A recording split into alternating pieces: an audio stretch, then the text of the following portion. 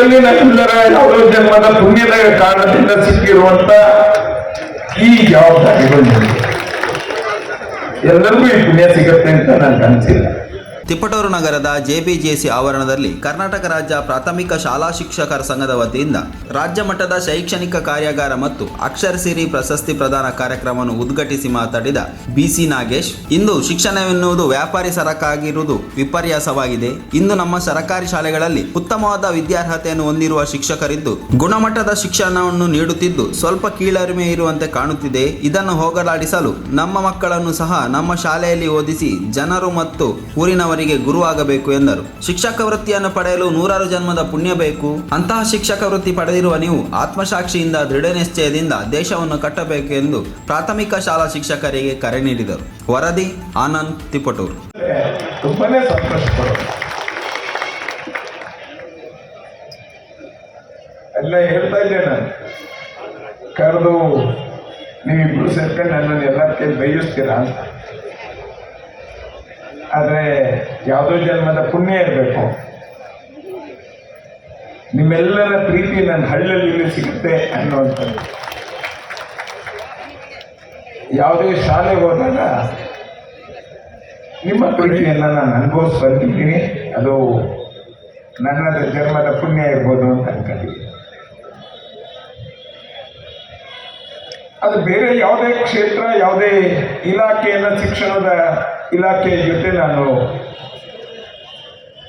Tally ಮಾಡಬೇಡಿ ಅನ್ನುವಂಥ ಮಾತನ್ನು ತುಂಬ ಸರಿ ಹೇಳಿ. ಬೇರೆ ಇಲಾಖೆಗಿಂತ ಇದೊಂದು ವಿಶಿಷ್ಟವಾದಂಥ ಇಲಾಖೆ, ವಿಶಿಷ್ಟವಾಗಿ ಗೌರವಕ್ಕೆ ಒಳಗಾಗುವಂಥ ಇಲಾಖೆ.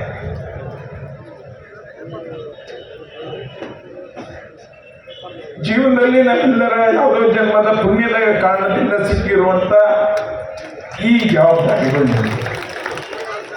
ಎಲ್ಲರಿಗೂ ಈ ಪುಣ್ಯ ಸಿಗತ್ತೆ ಅಂತ ನನಗೆ ಅನಿಸಿಲ್ಲ. ಯಾಕೆಂದ್ರೆ ಈ ನೆಲದಲ್ಲಿ ದಾನ ಮಾಡುವಂತ, ತ್ಯಾಗ ಮಾಡುವಂತ ಸ್ವಭಾವವನ್ನು ಈ ಮಣ್ಣು ನಮ್ಗೆ ಸದಾ ಹೇಳ್ತಿರುತ್ತೆ.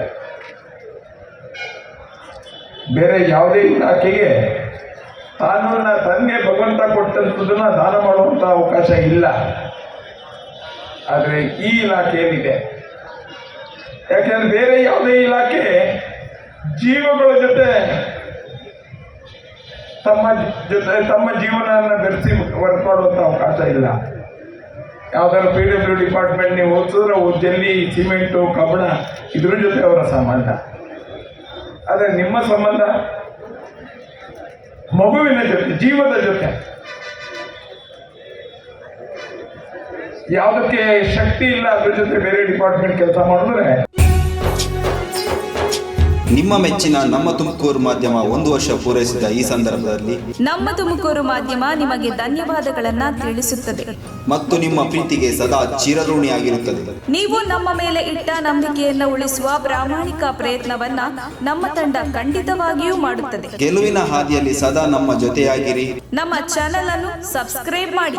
ಸುದ್ದಿ ಅನ್ನೋದು ಬರೀ ಕಥೆಯಾಗದೆ ನೊಂದ ಜೀವಗಳಿಗೆ ಬೆಳಕಾಗಿದೆ.